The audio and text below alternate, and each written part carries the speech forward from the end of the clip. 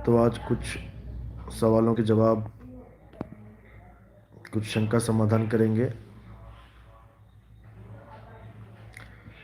बहुत दिनों से एक सवाल पूछा जा रहा है व्हाट्सएप पे भी, क्योंकि जो लोग प्रचार कर रहे हैं, सत्संग के माध्यम से लोगों को समझा रहे हैं, उनके भी दिमाग में ये सवाल रहता है।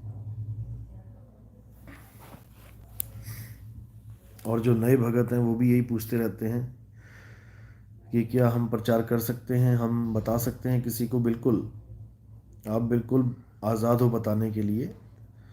आप सत्संग सुनाएं, आप समझाएं लोगों को, इसमें कोई बंदिश नहीं है।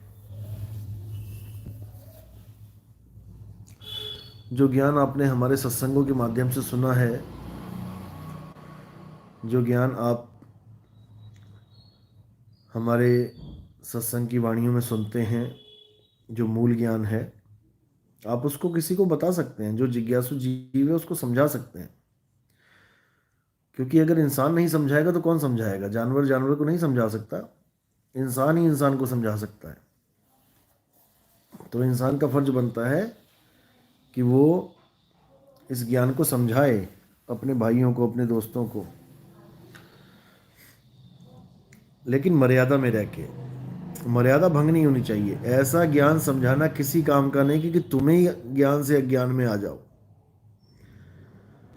कि तुम ही ज्ञान में, अहंकार में डूब जाओ कि मैं समझा रहा हूँ, मैंने समझाया है, मैंने ये किया है, मैंने वो किया है, मैं ये कर रहा हूँ, मैं वो कर रहा हूँ, मैंने 1,000 जीवों को समझा दिया, मैंने 500 को समझा दिया, मैंने 10,000 को समझा दिया। ये सब अहंकार की निशानी है। हम नहीं बोलते कि हमने इतनों को समझा दिया। आज 13वां साल लग गया इस पंथ में प्रचार करते करते। 13 साल हो गए मुझे इस पंथ में। हमने नहीं बोला कि मैंने इतना समझा दिया, मैंने उतना समझा दिया। समझाने वाला परमात्मा है भाई। हम केवल बताने वाले हैं। हम बताते हैं रास्ता। परमात्मा बुद्धि में डालता है कि भाई ये रास्ता सही बोल रहा है, ये सही बता रहा है, इसके साथ हो ले, तेरा कल्याण हो जाएगा। ये परमात्मा जीव की बुद्धि में डालता है। नहीं तो हमारा ही सत्संग सुन के कितने लोग यूट्यूब पे गालियां देते हैं, उनके समझ में नहीं आ रही है। उनके समझ में ये बातें नहीं आ रही हैं। हम उनको नहीं समझा पा रहे हैं। क्यों? क्योंकि परमात्मा नहीं चाहता। परमात्मा ने उन पे दया नहीं करी, क्योंकि अभी उनमें इतनी त्रुटियां हैं, अभी उनमें इतना मैल है कि जब तक वो मैल दिमाग से नहीं जाएगा तब तक उनके समझ में नहीं आएगा। क्योंकि निर्मल ज्ञान तभी समाता है जब मल नहीं रहता है, दिमाग में मल नहीं रहेगा। तो आप बिल्कुल समझा सकते हैं, इसमें कोई बंधन नहीं है।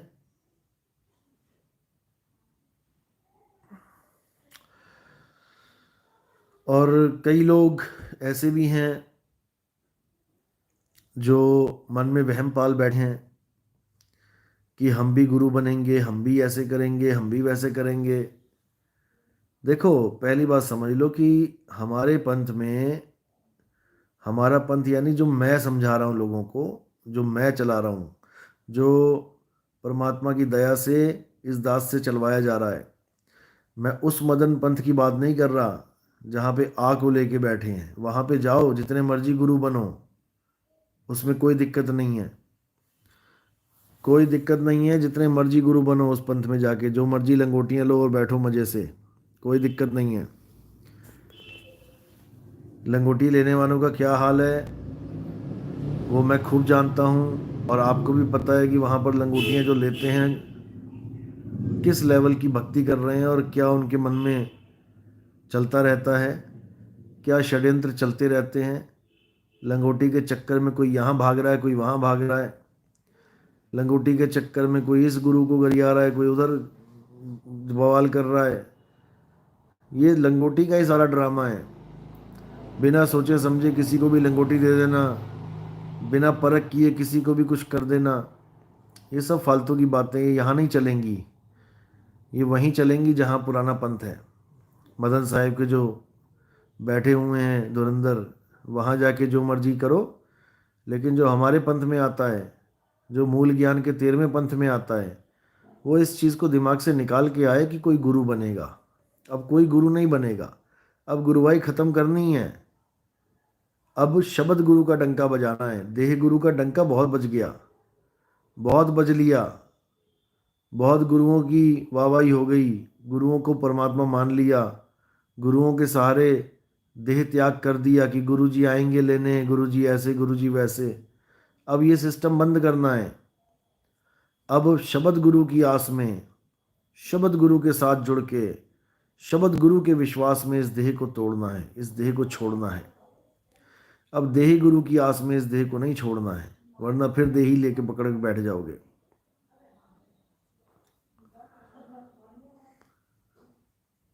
तो इसलिए कोई भी इस पंथ में आना चाह रहा है, कोई भी हमारे ज्ञान को सुन रहा है, समझ रहा है, तो इस गलत फहमी में बिल्कुल ना रहे कि कोई गद्दी वो भी चला लेगा, कोई गुरु बन जाएगा वो।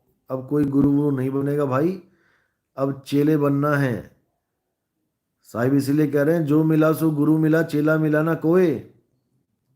जो भी आ रहा है गुरु बनने के लिए आ रहा है भैया, गुरु नहीं बनना है किसी का। अब नहीं तो तुम्हें लेने के देने पड़ जाएंगे।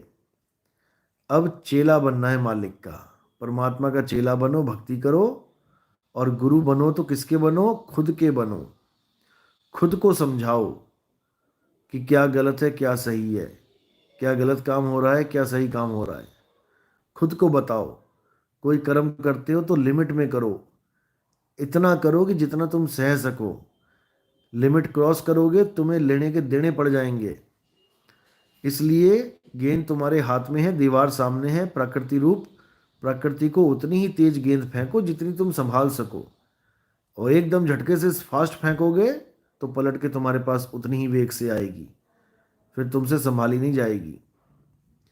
इसलिए ठीक है, अपना ज्ञान को समझो भी, समझाओ भी, लेकिन मन में इस प्रकार का कोई भी सपना लेके मत बैठ जाना कि कोई गुरुवाई करेगा। अब गुरुवाई कोई नहीं करेगा। सत्संग अगर समझा रहे हो तो इसका मतलब ये नहीं कि तुम गुरु बन गए। तुम उस चीज को समझा रहे हो जो खुद तुम्हारी नहीं है, जो तुमने खुद कहीं से प्राप्त की है। जैसे कई लोग ऐसे हैं यूट्यूब चैनल पे बना के बैठे हुए हैं, और भी कई ग्रुपों में कुछ ना कुछ बोलते रहते हैं फालतू बातें कि हम हमारे ज्ञान के आगे कोई नहीं टिक सकता, मैंने ये ज्ञान वहाँ से प्राप्त किया, मैंने ये एक सत्संग उसका सुना तो मुझे पता लगा, मैंने उसका सुना तो। अरे भाई, तो तूने लोगों का सुना, तेरा क्या है? लोगों से सुन सुन के तुमने अपनी जेबें भर ली, तो उसमें तुम्हारा क्या है? तुम्हारा कुछ भी नहीं है। इसलिए अपने होश में रहो, परमात्मा की भक्ति करो। अब गुरुवाई के सपने छोड़ दो और निकलने की बात करो। अब निकलो यहाँ से, इस दलदल में फंस चुके हो, निकलो यहाँ से। तो हमारे पंथ में कोई गुरु गुरु नहीं बनेगा, लेकिन हाँ, हमारे पंथ में प्रचार करने वाले जरूर आएंगे, प्रचार करेंगे, तरीके से करेंगे, सलीके से करेंगे, हर चीज़ को समझाएंगे। जो चीज़ नहीं समझ में आ रही है वो समझाएंगे, अपने ही गुरु भाइयों को समझाएंगे, शिष्यों को समझाएंगे, लेकिन शिष्य बनाएंगे नहीं। शिष्य बनाने वाला फंडा खत्म हो गया है। अब कोई गुरु नहीं बनेगा इस पंथ में। अब ज्ञान अर्जित करके मुक्ति को प्राप्त करेंगे और अपने गुरु भाई की मदद करेंगे अगर वो किसी चीज़ को नहीं समझ पा रहा है तो। और हमारी जो संस्था है कबीर मूल ज्ञान के नाम पे, उसमें भी हम कुछ सर्टिफिकेट्स देंगे, कुछ पत्र देंगे, जो हम जिन लोगों को चुनेंगे कि वो प्रचार करें, वो आगे से आगे बढ़ते जाएं, उनकी सपोर्ट भी की जाएगी और लोगों को समझाने के लिए उनको चयनित भी किया जाएगा, उनका चयन किया जाएगा। लेकिन उसमें कुछ मर्यादाएं भी होंगी, उसमें कुछ नियम भी होंगे।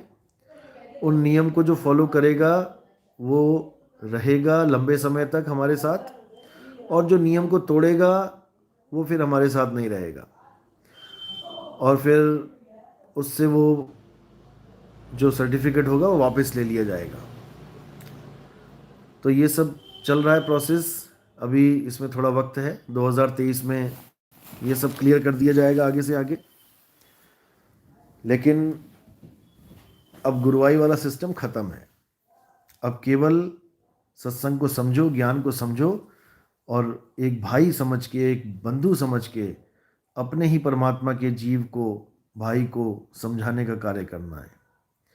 तो इसमें जो आगे आना चाहते हैं वो संपर्क करेंगे, अभी नहीं, जब बताया जाएगा तब, दोबारा इसके बारे में जानकारी दी जाएगी तब। और बहुत से लोग हैं जो शिकायत करते रहते हैं कि आपके कुछ गुरु भाई हैं जिन्होंने वैराग साहिब से नाम ले रखा था, वो ऐसे करने लगे हैं, वैसे करने लगे हैं, अपना अलग पंथ चला लिया है, अब अलग नाम देने लगे हैं। देखो, कोई भी बंदा अगर ऐसा करता है, ए टू जेड कोई भी है, तो वो मर्यादा भंग कर रहा है। मर्यादा भंग करने वालों को लख 84 में जाना पड़ता है, कोई रोकने वाला नहीं है। क्योंकि उन्हीं का मन, क्योंकि मन तो जानता है ना कि क्या सही है क्या गलत है, बंदा क्या सही कर रहा है क्या गलत कर रहा है, उन्हीं का मन उनको पकड़ लेता है। और कोई नहीं है जो आपको पकड़ने आएगा, आप ही का मन आपको पकड़ लेता है गलत काम करने पे, और वही सजा देता है। उसी मन को निरंजन कहते हैं, उसी मन को यमराजा कहते हैं। जम के मुगदर वही मारता है। तो जो भी गलत करेगा वो गलत भरेगा, जो करेगा सो भरेगा। लेकिन हमने उन भक्तों को हमने बचाना है, उन लोगों के चंगुल से निकालना है, उनको सच्चाई बताते